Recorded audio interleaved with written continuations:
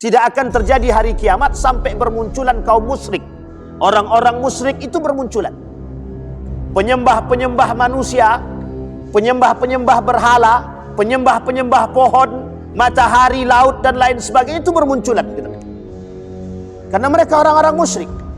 Bahkan pelaku-pelaku tahayul, pelaku-pelaku syubhat, pelaku-pelaku khurafat itu bermunculan, kata Nabi.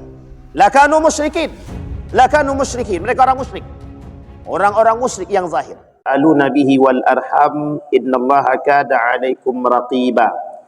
Wa qala Allah ta'ala ya ayyuhalladzina amanu taqullaha wa qulu qawlan sadida yuslih lakum a'malakum wa yaghfir lakum dhunubakum wa may yuti'illaha wa rasulahu faqad faza fawzan 'azima. Puji syukur kehadirat Allah dengan mengucapkan alhamdulillahirabbil alamin.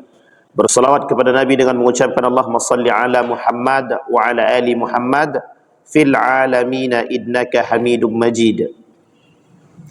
Mudah-mudahan di subuh hari ini Allah limpahkan rahmat dan karunia-Nya dan keberkahannya kepada kita semua. Allah sehatkan, Allah kuatkan, Allah jadikan kita orang-orang yang saleh dan salehah, keluarga yang sakinah mawaddah warahmah, anak-anak yang saleh dan salehah. Kita semua insyaAllah husnul khatimah dan istiqamah dalam kebaikan dan ketaatan kepada Allah. Amin ya rabbal alamin. Baik Bapak Ibu sekalian yang berbahagia, di subuh hari ini mencoba kita bersama mengkaji satu buku, yang buku itu daripada poin penting yang dikutip oleh Profesor Dr. Haji Yunahar Ilyas dalam kitabnya Aqidah, tentang pemikiran Said Hawa, seorang ulama besar yang disebut sebagai atau yang dikutip oleh para ulama salafus saleh terkhusus dan ulama-ulama muasirah dalam pandangan Syekh Said Hawa ini nawaqidus syahadah. Dan ini menjadi rujukan oleh Syekh Sulaiman Abdul Wahab dalam kitabnya Nawaqidul Islam. Dia ada kitab khusus Nawaqidul Islam, dan kitab itu membahas tentang hal-hal yang membatalkan keislaman. Dia ada 10 poin.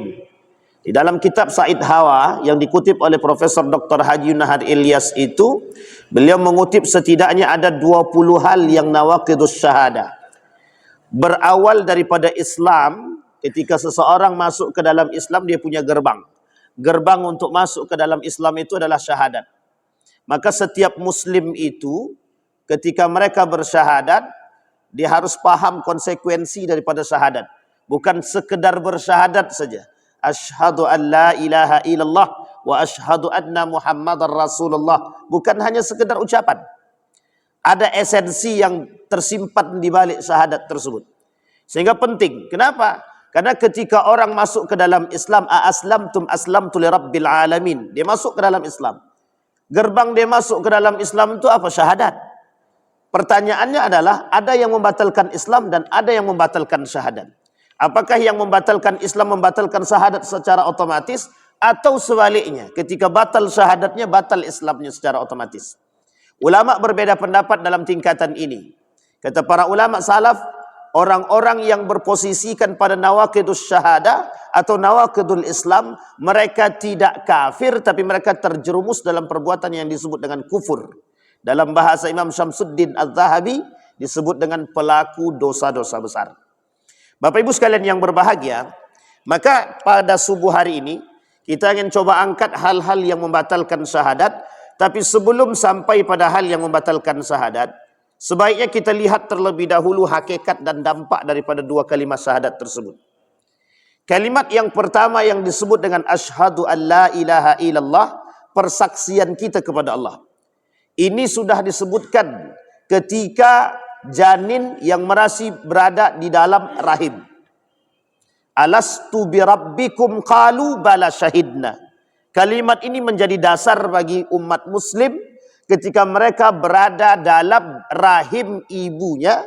Itu sudah ditentukan sebelum dia dikeluarkan daripada rahim tersebut. Ada satu perjanjian atau ikrar yang tak bisa kita lepaskan. Pengakuan seorang janin atau pengakuan janin tersebut akan Rabbnya, yang disebut dengan persaksian atau ikrar. alastu birabbikum, tidakkah aku ini Tuhanmu? Maka dijawab, qalu bala syahidna, betul kami bersaksi bahawa engkau adalah Tuhan kami. Sehingga barulah kemudian Allah keluarkan. Kalau enggak. Maka apapun agamanya, ketika janin berada dalam rahim itu, semua janin yang berada dalam rahim itu aslama, mereka berada dalam kondisi Islam. Makanya kalimat dalam hadis Nabi itu tergantung setelah dia keluar. Fa abawaihi yuhawidanihi am yumajjisanihi am yunasiran. Tergantung setelah itu. Kalau sudah lahir, tergantung pada orang tua dia. Apakah orang tua dia nanti mengkristenkan, membudakan, menghindukan, memajusikan, meyahudikan, itu tergantung. Poin pertama, kalimatnya itu disebut di dalam hadis Nabi, abawaikum. Abawaikum itu diterjemahkan oleh para ulama, satu poin utama yang paling dekat maknanya adalah orang tua.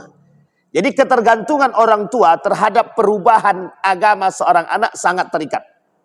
Yang kedua, pengaruh yang bisa atau yang bisa mempengaruhi agama seorang anak bukan hanya sekedar orang tua, tapi yang kedua adalah lingkungan. Lingkungan sangat berpengaruh. Ada orang tuanya muslim, anaknya non-muslim. Ada orang tuanya kafir, anaknya muslim, atau sebaliknya. Dan ini pengaruhnya banyak, lingkungan.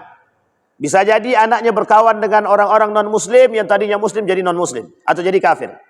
Atau sebaliknya, orang tuanya kafir, anaknya kafir, ketika berbaur dengan orang muslim, maka anaknya masuk ke dalam Islam. Dan ini penting untuk dipahami. Maka satu hal, kata Nabi, kata para ulama, syahadat menjadi gerbang. Poin pertama yang harus kita pahami daripada hakikat daripada syahadat, bahwa syahadat adalah gerbang masuk ke dalam Islam. Itu gerbangnya. Maka setiap orang yang bersyahadat, maka mereka akan masuk ke dalam Islam secara otomatis. Makanya kenapa kalimat ini begitu sakral, sangat sakral sekali. Karena ketika rusak kalimat ini membuat seseorang tidak diterima amal ibadahnya. Bahkan Allah sebutkan habitat a'maluhum. Artinya apa? Orang yang terjerumus dalam pembatalan syahadat, dia keluar semua dari barisan tersebut. Ketika dia melakukan pembatalan syahadat tadi, semua amal ibadah yang dia lakukan Allah tolak. Allah tak mau terima. Bahkan Allah bakar. Habitat a'maluhum. Nah, Bapak Ibu sekalian yang berbahagia. Kata para ulama, bahkan Allah mengatakan dalam surah Al-Mutaffifin, yashhaduhul muqarrabun. Hakikat yang pertama yang perlu kita pahami daripada syahadat itu, yang bersyahadat kepada Allah al-muqarrabun. Orang-orang yang ingin mendekatkan diri kepada Allah. Jadi kalau ada orang yang menjauhkan diri, maka disebut mohon maaf. Ini dalam surat Al-Kafirun. Kenapa kalimatnya Allah sebutkan kafirun? Orang yang benar, orang yang berusaha mendekatkan diri kepada Allah, maka disebut dengan siddiqin wal muqarrabin. Siddiqin wal muqarrabin. Orang yang benar, yang mengetahui jalan kebenaran. Dan mereka mencoba mendekatkan diri kepada Allah. Ada orang yang menjauh daripada kebenaran tersebut dan tidak mau mendekat kepada Allah dan menutupi diri dia daripada kebaikan tersebut, maka dalam Al-Quran disebut dengan kafir. Arti kafir itu apa? Menutupi. Jadi kafir itu artinya menutup. Maka kafara artinya menutupi. Kafir orang yang menutupi diri. Kalimat ini sudah sangat paling lembut yang pernah kita temukan. Sehingga kalau Bapak Ibu melihat ada kasus beberapa tahun yang lalu, bahwa tidak boleh pengucapan non-muslim, tidak boleh kita mengatakan kepada orang kafir itu kafir, itu sebenarnya bagian daripada program pendangkalan akidah yang kelak bisa membawa kita daripada batal syahadat atau keislaman kita. Artinya kenapa? Kita menolak Al-Quran. Kalau Al-Quran bahasakan kafir, masa kita tak mau mengatakan kafir? Dan itu poin penting bagi kita. Baik. Yang kedua, wa ashhidu dzawa adlim minkum. Bersyahadatlah atau bersaksilah dua orang di antara kalian yang menjadi dekat bagi kalian. Dzawa adlim minkum, orang-orang yang terdekat. Sehingga Allah katakan dalam Al-Quran, dalam surat yang tadi dibacakan oleh Pak Imam kita, idza ja'akal munafiqun. Ada orang masuk ke dalam Islam, bersyahadat dia asyhadu an la ilaha illallah, masuk dia ke dalam Islam. Tapi ketika dia masuk ke dalam Islam, dia punya keinginan untuk menghancurkan Islam. Dan itu terjadi pada masa baginda Nabi Muhammad SAW. Dalam ayat yang tadi dibacakan oleh imam kita. Apa itu? Idza ja'akal munafiqun. Surat khusus namanya surat munafik. Surat ini bukan tanpa sebab. Karena kata Nabi, ada orang yang masuk ke dalam Islam itu memang bukan untuk mencari kedamaian. Siapa mereka? Al-munafiqun. Pertama kali muncul pada masa siapa? Pada masa baginda Nabi Muhammad SAW. Di mana munculnya? Di Madinatul Munawwarah. Siapa tokoh terkenalnya? Abu Ubaidah bin Salul.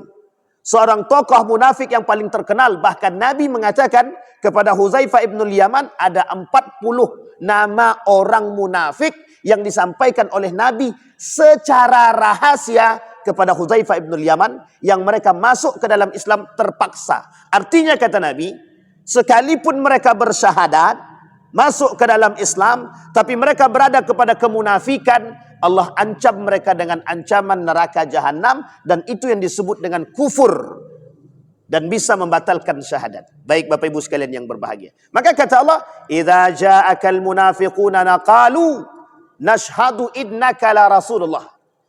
Orang munafik berkata, mereka berkata, kami bersaksi bahwa Rasulullah atau Muhammad itu adalah Rasulnya Allah. Wallahu ya'lamu innaka la rasuluh. Allah tahu bahwa Nabi Muhammad itu memang Rasul. Rasulnya Allah. Dan buat kalian. Tapi kata Allah kalimat selanjutnya, Wallahu yashhadu innal munafiqina lakadzibun. Apa kata Allah? Allah bersaksi bahwa orang munafik itu, kata Allah, memang sungguh-sungguh pendusta. Jadi Allah tahu mereka yang bersaksi kepada Allah. Sehingga Allah kata dalam surat yang lain begini, kata Allah dalam Al-Quran itu, Innal ladzina yakfuruna Allah wa rusul. Orang-orang yang mengingkari atau kufur kepada Allah dan Rasulnya. Kalimat selanjutnya, wa yuriduna an yufarriqu bainallahi wa rusuli. Mereka pengen membedakan mana iman kepada Allah dan mana iman kepada Rasul. Sehingga dalam kategori orang munafik itu ada dua. Ada orang yang cuma bersyahadat kepada Allah, tapi tak bersyahadat kepada Rasul. Atau sebaliknya. Bersyahadat kepada Rasul, tapi tak bersyahadat kepada Allah. Dan itu ada. Dari golongan kaum munafik. Makanya kesempurnaan syahadat itu, asyhadu an la ilaha illallah, wa asyhadu anna Muhammadar Rasulullah. Satu saja yang hilang dari dua syahadat ini, maka batallah keislaman seseorang. Kami cuma percaya kepada Allah. Kalimat selanjutnya dalam ayat yang tadi kita bacakan, nu'minu bi ba'di wa nakfur bi ba'd. Kami beriman kepada sebagian ayat Al-Quran, tapi kami tak beriman kepada sebagian ayat Al-Quran. Kalimat ini jelas Allah sampaikan. Poin pentingnya akidah. Apa poin pentingnya? Ada kelompok-kelompok tertentu yang cuma beriman atau bersyahadat kepada Allah, tapi dia tak bersyahadat kepada Rasulullah. Bahkan ada yang sebaliknya, hanya bersyahadat kepada Rasulullah, tapi tak bersyahadat kepada Allah. Kita ambil contoh. Syiah itu mengatakan pada diri mereka bahwa kami Syi'i. Kami ini orang Syiah, bukan Muslim. Artinya apa? Mereka percaya kepada Allah, tapi mereka tak percaya kepada Rasulullah. Atau sebaliknya, ada orang yang tidak percaya kepada Rasulullah dikategorikan dalam kalimat ingkar sunnah. Kelompok yang masuk pada tataran ingkar sunnah. Nah, Bapak Ibu sekalian yang berbahagia, poin ini penting untuk kita pahami sebagai satu hakikat syahadat yang ada dalam diri kita. Maka Bapak Ibu, ketika kita bersyahadat, maka jangan sampai rusak. Rusak syahadat kita, maka akan menyebabkan rusak pada keislaman kita. Rusak Islam kita, rusak iman kita. Rusak iman kita, rusak amal soleh kita. Bayangkan Bapak Ibu, tertibnya dari syahadat ke Islam, ke iman, amal soleh. Artinya apa? Tidak ada guna amal ibadah yang dia buat, tapi rusak semuanya. Bahkan dalam hadis Nabi, ada yang rusak iman, ada yang rusak Islam. Kalau rusak imannya belum rusak Islamnya, mungkin masih bisa selamat. Tapi kalau rusak Islamnya, dikategorikan kepada kekufuran. Bahkan hampir mengatakan sampai kepada kategori kafir, hanya saja mereka tidak keluar daripada Islam. Baik Bapak Ibu sekalian yang berbahagia. Maka kata para ulama, kata Said Hawa, hakikat syahadat perlu dipahami bahwa syahadat itu mendekatkan kita kepada Allah, meyakini sepenuh hati bahwa tiada Tuhan selain Allah dan Rasulullah adalah, atau Muhammad adalah Rasulullah. Karena begini kalimatnya dalam salat kita itu. Inna salati wa nusuki wa mahyaya wa mamati lillahi rabbil alamin. Itu hakikat syahadat yang sesungguhnya. Maka ketika kita sadar bahwa Allah itu maha kuasa, dalam sifat kudrahnya matalan, daripada sifat kudrahnya, maka kita harus pahami tidak ada kekuatan selain daripada Allah. Maka kalau kita paham ada kekuatan selain daripada Allah, rusak. Syahadat kita rusak. Nah, maka Bapak Ibu sekalian yang berbahagia, coba kita lihat. Kata Said Hawa, paling tidak ada 20 yang membatalkan syahadat. Yang pertama kata beliau, bertawakal kepada selain dari Allah. Kita pahami dulu kalimat tawakal itu apa. Kalimat tawakal itu berserah diri selain daripada Allah, atau berserah diri. Tawakal itu berserah diri. Pertanyaannya adalah, kata Allah dalam Al-Quran, فَلْيَتَوَكَّلِ الْمُتَوَكِّلُونَ وَتَوَكَّلْ إِلَى اللَّهِ. Bertawakkallah kepada Allah. Kalimat ini sederhana, tapi Allah sadar kalimat yang sederhana ini tidak banyak diungkapkan dan ditanamkan dalam diri umat muslim. Kenapa demikian? Karena sandaran umat muslim itu umat manusia, bukan Allah. Sandaran umat manusia bukan Allah. Kita ambil contoh, ada sebab? Ada. Apa sebabnya? Pengaruh dunia, pengaruh kecintaan, pengaruh karena kebodohan, dan lain sebagainya menyebabkan mereka menyeleweng daripada hal demikian. Nabi Musa dan Nabi Harun ketika sudah terlepas dari bencana, Nabi Harun ditinggalkan oleh Nabi Musa untuk naik ke atas. Dalam perjalanannya, singkat cerita, yang ditinggalkan, umat yang ditinggalkan bersama Nabi Harun merubah akidah mereka dari menyembah Allah, mereka buat patung dengan tangan mereka sendiri. Uniknya, di situ ada Nabi Harun. Mengapa kok masih bisa mereka rubah akidah mereka? Itu satu. Sekarang Nabi tak ada, tabi'in tak ada, sahabat tak ada, tabi'in tak ada, tabi'in tak ada. Ulama berbeda-beda. Pertanyaannya, sangat mungkin atau tidak mungkin orang merubah akidah dia hari ini? Itu pertanyaan buat kita semua. Makanya kata Nabi dalam riwayat yang lain, dalam hadisnya itu, tidak akan terjadi hari kiamat sampai bermunculan kaum musyrik. Orang-orang musyrik itu bermunculan. Penyembah-penyembah manusia, penyembah-penyembah berhala, penyembah-penyembah pohon, matahari, laut, dan lain sebagainya itu bermunculan. Kata Nabi. Karena mereka orang-orang musyrik.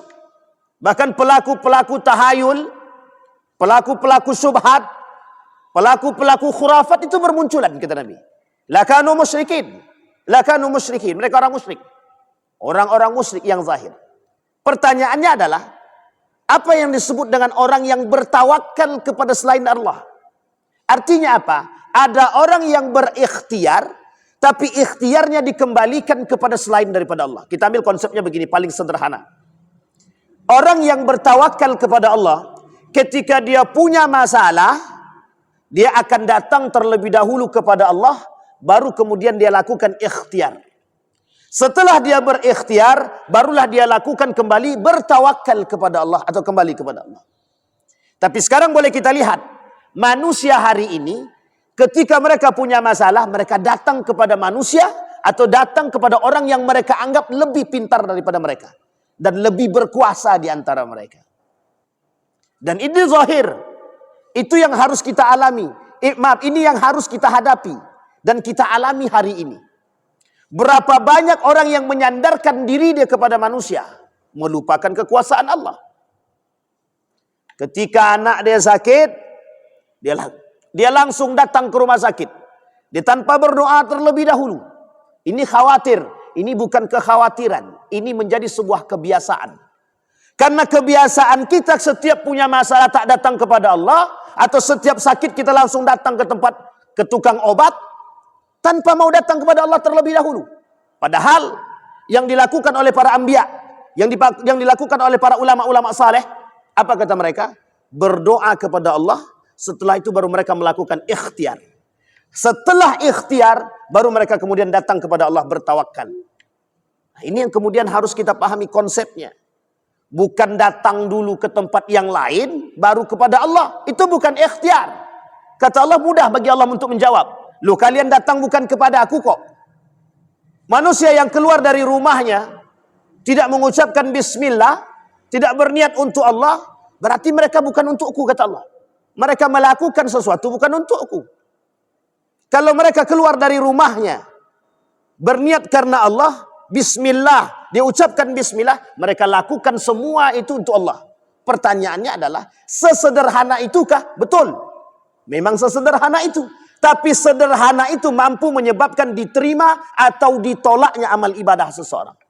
Kita bayangkan, keluar daripada rumah, kita tak ucapkan bismillah dan bukan sandaran kepada Allah.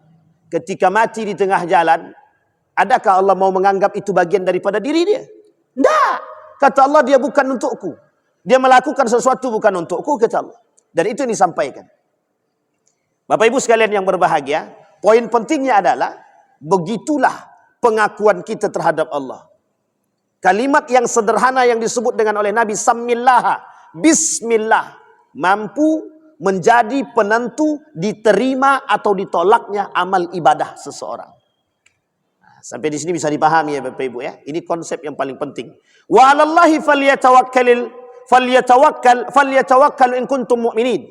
Kata Allah, hanya kepada Allah lah kalian bertawakal jika benar kalian orang-orang beriman.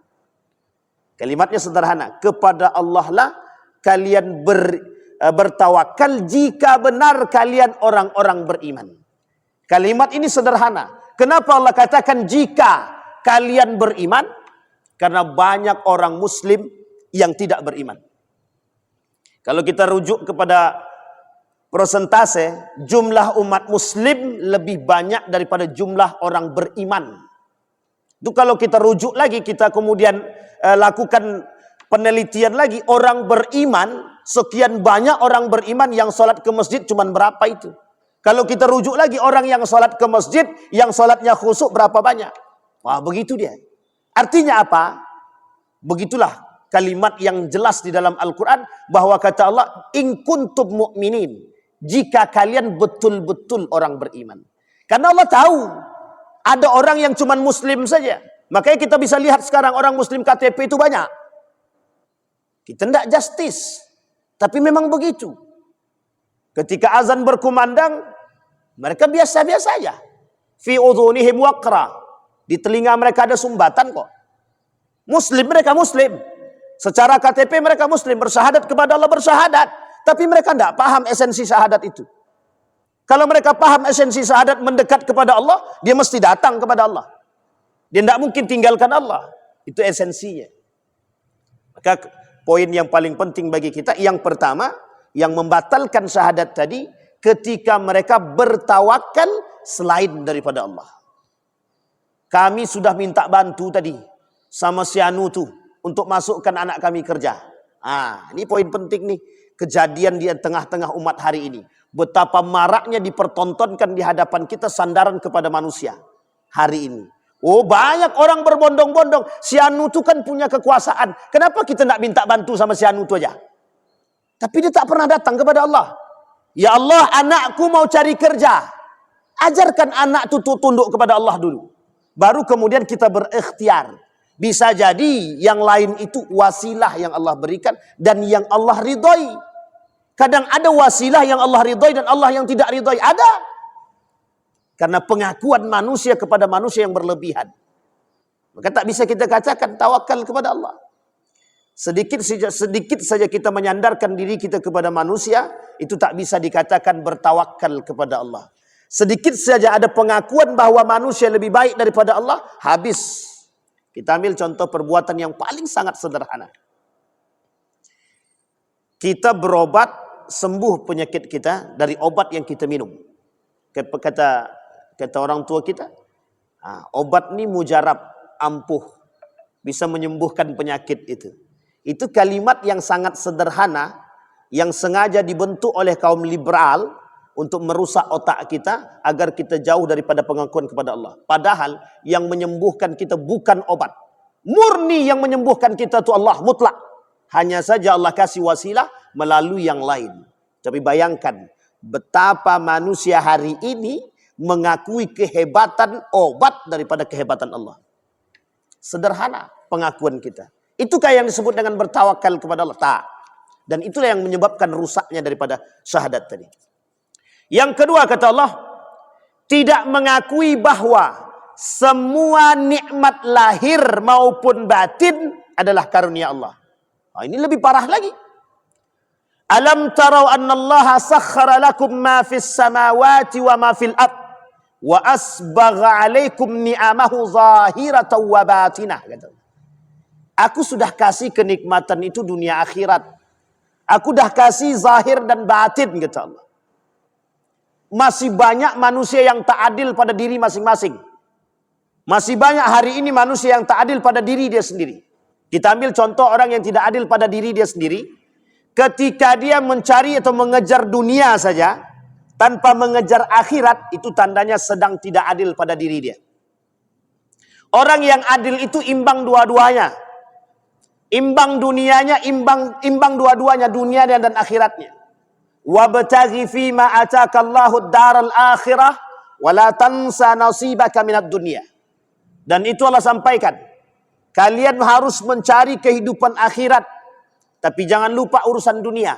Dunia itu gunanya mengantar kepada akhirat. Bukan akhirat untuk mengantar dunia. Terbalik. Yang sekarang ini terjadi, akhirat itu untuk mengantarkan dunia. Apa maksudnya? Jual beli agama. Itu jual beli agama, dari akhirat dia perjualbelikan untuk mendapatkan dunia. Itu terbalik. Yang benar, dunia yang disuruh oleh Allah untuk kita lakukan kehidupan di muka bumi ini, yang tak boleh kita tinggalkan untuk mengantarkan kita kepada Allah. Maka konsep sederhananya, sangat tidak ada masalah bagi seorang muslim kaya, tapi bagaimana harta dia mengantarkan dia kepada Allah.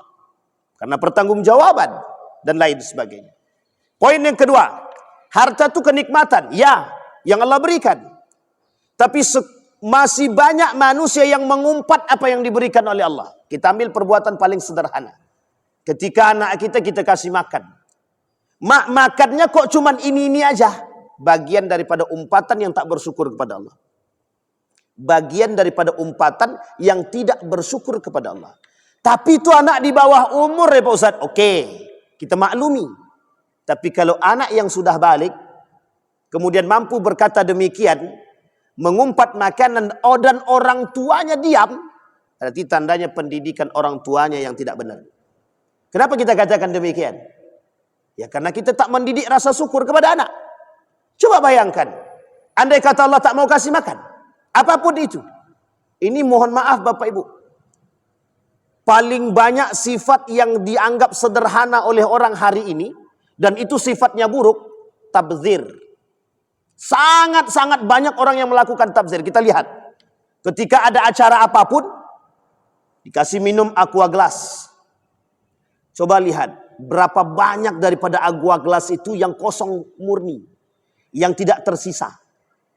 Dan berapa banyak yang tersisa dan mereka tinggalkan.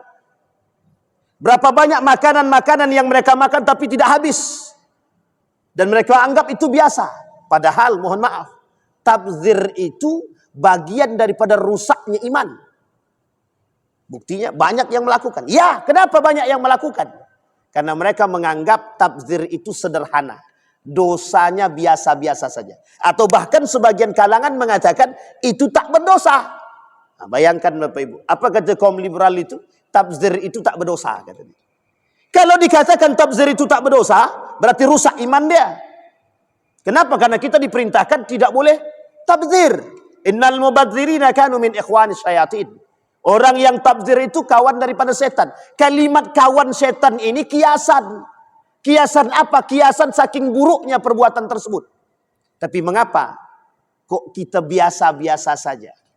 Bahkan kadang-kadang kalau anak kita tak habis, kita buang. Kita buang. Kenapa kita tak mau makan? Kenapa kita tak mau selesaikan? Dan ini perbuatan sederhana. Dan banyak umpatan-umpatan terhadap makanan atau kenikmatan yang Allah berikan. Kok cuman aku dapatnya cuman segini? Kok yang dimakan cuman ini? Kok ini terus? Dan lain sebagainya. Ada rasa tak bersyukur kepada Allah yang sangat sederhana. Ternyata itu mampu merusak syahadat kita. Kenapa? Di mana poin merusak syahadatnya? Ternyata perbuatan yang sederhana tadi yang tidak mau mengakui kenikmatan yang Allah berikan. Orang yang mengumpat makanan dan kenikmatan yang Allah berikan, secara tidak langsung dia menolak pemberian Allah. Orang yang menolak pemberian Allah secara tidak langsung tidak mengakui bahwa itu kenikmatan Allah. Dan uniknya lagi, orang yang diberikan kenikmatan oleh Allah, kalau mereka menolak dan tidak mau menerima atau mengumpat makanan tersebut yang justru datang dari Allah, disitulah letak lemahnya iman yang disebut oleh para ulama. Jadi sederhana Bapak Ibu. Tapi sering kita temukan. Kenapa orang menganggap itu sederhana? Karena mohon maaf, tidak adanya pendidikan yang mendalam tentang hal yang sederhana. Kita ambil contoh, saya tidak membandingkan, saya tak membandingkan. Satu ketika saya berangkat ke Turki, saya masuk ke salah satu sekolah. Di dalam sekolah tersebut, Turki itu negara yang dianggap sekuler hari ini. Secara pemikirannya pengaruh Kemal Atatürk dia jadi sekuler. Sekuler itu artinya jauh antara nilai agama dengan sosial mereka itu jauh. Tapi mohon maaf, ada keunikan. Ada. Apa keunikannya?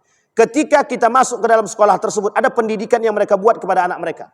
Apa itu? Jangan pernah sisihkan makanan sedikit pun. Meskipun cuma 1 biji. Coba bayangkan.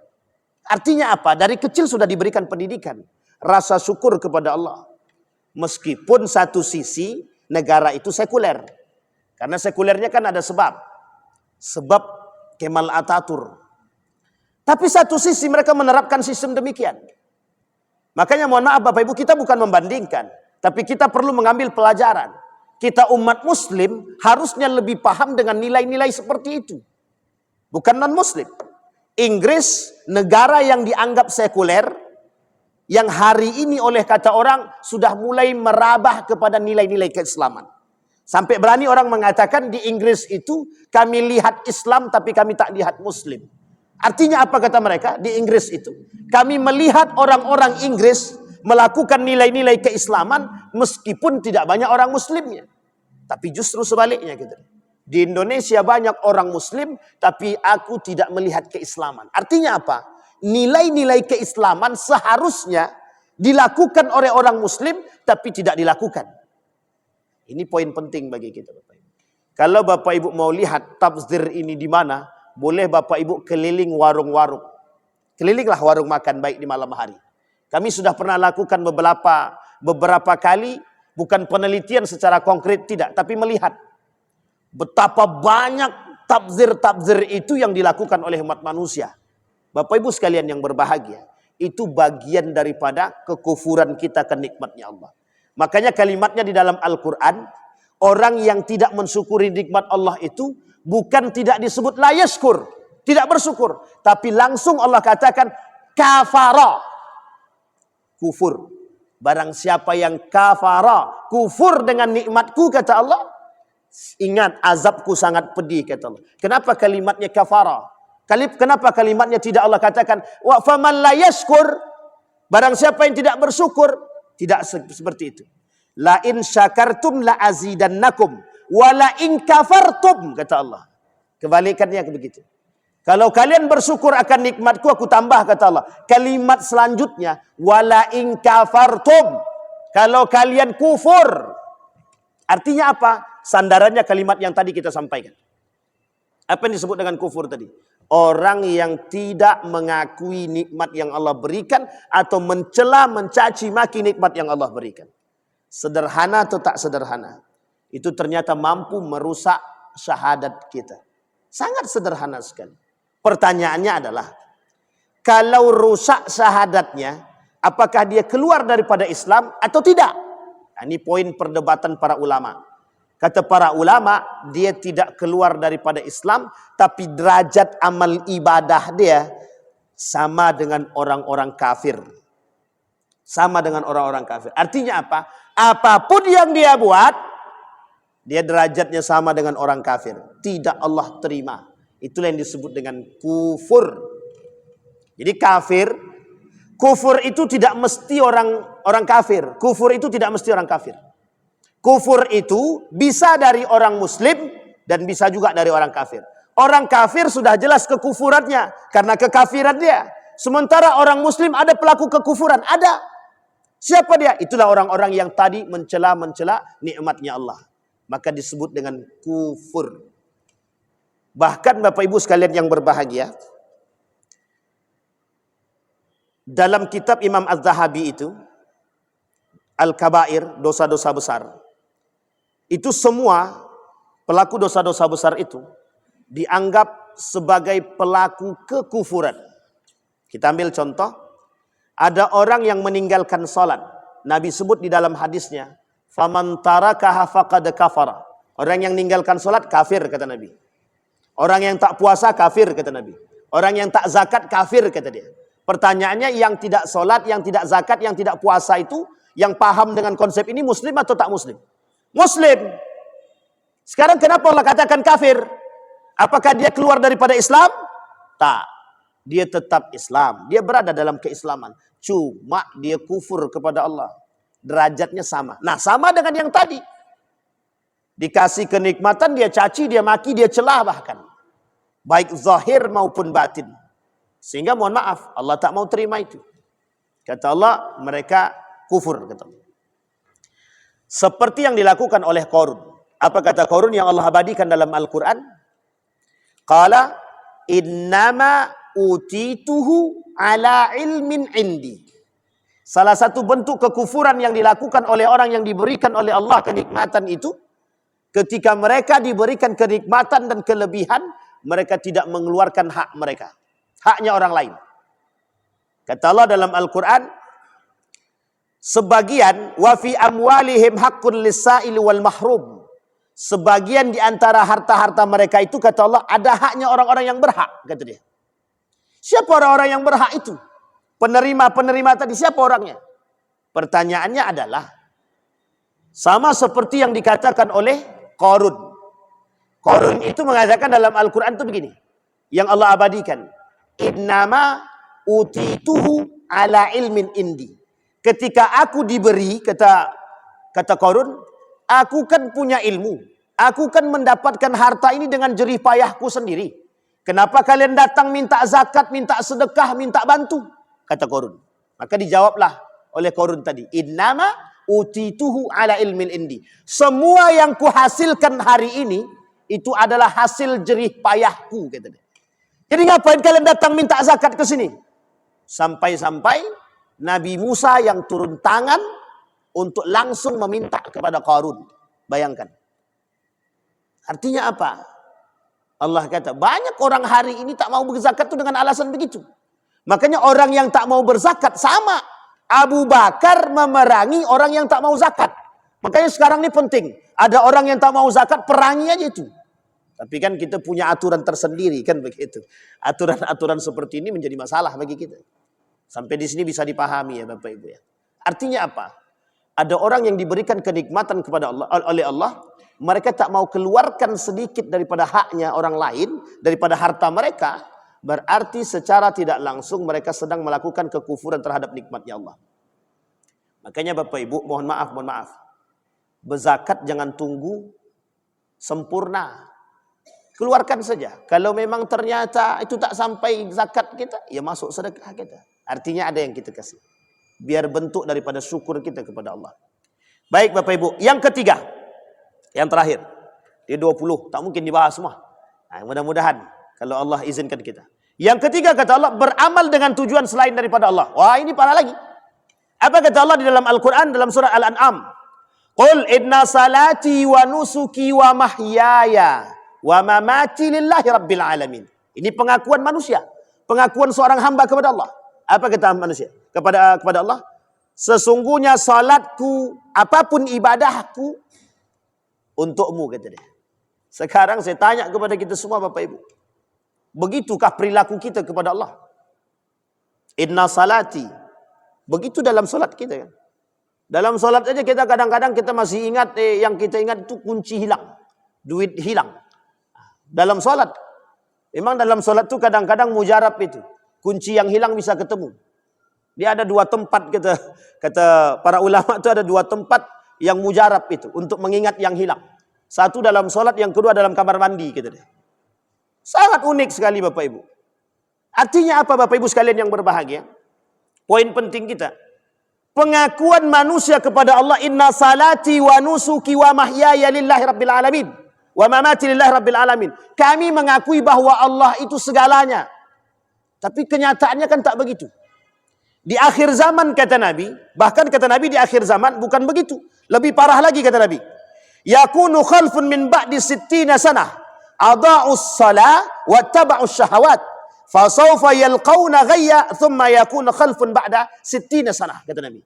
Kata Nabi bahkan lebih parah lagi, kelak di akhir zaman itu akan muncul generasi-generasi yang adha'us salah.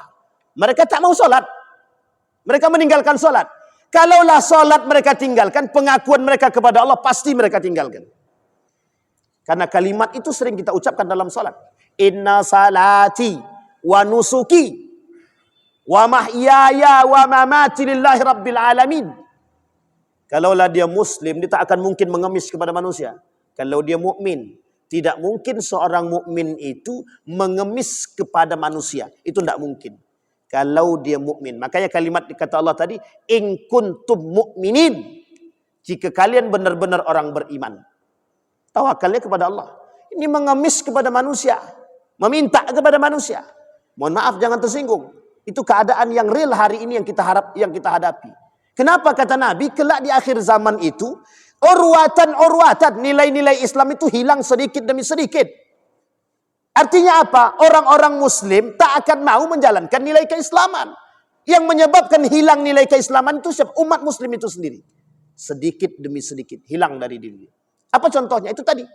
Kata Nabi tadi. Kelak generasi selanjutnya setelahku, kata Nabi. Mereka akan muncul generasi-generasi yang meninggalkan sholat. Bukan hanya sekedar meninggalkan sholat. Bahkan ada kelompok tertentu yang mengatakan bahwa sholat itu tak wajib. Coba bayangkan. Kalau cuma sekedar meninggalkan sholat, fasik dia. Kafir tapi fasik dia. Tapi ini uniknya lagi, bukan hanya sekedar meninggalkan sholat, tapi lebih daripada itu. Mengingkari kewajiban sholat. Lebih berbahaya lagi. Nah, ini kata Nabi. Maka Bapak Ibu, kata Allah, ada orang-orang yang beribadah, beramal bukan karenaku. Saya sampaikan Bapak Ibu satu hadis dari baginda Nabi sebagai penutup bagi kita semua. Kata Nabi dalam hadisnya begini. Inna munafiqi ummati qurra. Kelak di akhir zaman kata Nabi akan muncul dari kalangan umat-umatku, kata Nabi, mereka qurra. Munafik tapi qurra. Bisa dipahami kalimat ini ya, munafik qurra. Apa maksudnya munafik qurra itu? Dia orang munafik tapi dia paham Al-Qur'an, mengerti Al-Qur'an, bisa baca Qur'an, hafal Al-Qur'an, tapi dia munafik kata Allah. Diperjelas oleh Imam Nawawi dalam kitabnya Al-Tibyan fi Adab Hamalatul Quran. Apa kata Imam Nawawi? Siapa orang tersebut? Mereka yang menggunakan agama mereka liyusiba minhud dunya, untuk mengambil dunia, kata dia. Mereka membaca Al-Quran sampai Allah katakan dalam hadis kursi itu begini. Kata Allah dalam hadis kursi itu, fima ta'allamtal ilma wa qara'tal Quran. Untuk siapa kalian baca Quran? Untuk siapa kalian belajar ilmu, kata dia. Dijawab sama mereka, ta'allamtul ilma fika wa qara'tul Qur'ana fika. Apa kata Allah? Kadzabta wa taqulul malaika kadzabta. Kata Allah, dusta. Kata malaikat, engkau dusta.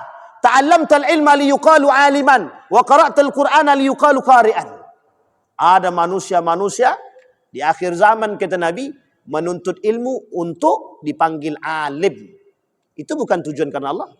Mereka membaca Al-Quran biar bisa dipanggil sebagai seorang yang bagus bacaannya atau qari. Itu Nabi sampaikan. Hadisnya sahih. Artinya apa? Pengingat bagi kita semua. Pengingat bagi kita semua. Kalimat yang disebut oleh inna salati wa nusuki wa mahyaya wa mamati, yang paling berat untuk kita amalkan hari ini. Apalagi di tengah maraknya zaman dengan penuh gejolak hari ini, itu sangat-sangat berat bagi kita. Ditambah lagi pengaruh kaum-kaum liberal, sekuler yang berada di tengah kita ini, yang membuat kita semakin bisa jauh daripada nilai-nilai agama. Baik Bapak Ibu sekalian yang berbahagia, ada pertanyaan Bapak Ibu?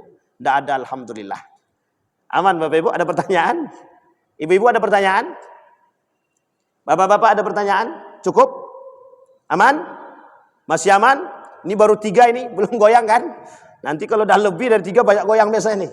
Masya Allah Bapak Ibu. Mudah-mudahan Bapak Ibu. Kata Said Hawa itu 20 itu, jangankan 20 Bapak Ibu. Syekh Sulaiman itu mengatakan 10 saja, itu sangat berbahaya bagi kita. Nawaqidul Islam, kata beliau ada 10. Yang membatalkan keislaman seseorang, ada 10. Dan itu 10 itu bukan sedikit. Banyak sangat. Apalagi kita nih dalam berakidah ini Bapak Ibu, seperti seorang yang berada di atas ujung tanduk. Salah jalan tergelincir habis kita. Seperti orang berada di pinggir jurang. Salah jalan saja, salah langkah kita habis. Kita masuk terjerumus. Baik Bapak Ibu sekalian yang berbahagia. Mudah-mudahan apa yang saya sampaikan ini ada manfaatnya bagi kita semua. Mudah-mudahan bisa menjadi penerang bagi jalan kita, agar kita bisa, paling tidak Bapak Ibu sekalian yang berbahagia, kita bisa istiqamah dalam keimanan dan akidah yang baik. Maka Bapak Ibu, insyaAllah kalau kita umur panjang kita diketemukan lagi, kita akan sampaikan salah satu penyebab kedangkalan akidah kita di tengah masyarakat hari ini, itu salah satu penyebabnya kata para ulama adalah kebodohan. Bodoh akan akidah yang sahih. Jadi itu salah satu penyebab pendangkalan akidah. Saya kira itu saja, mudah-mudahan bermanfaat bagi kita semua.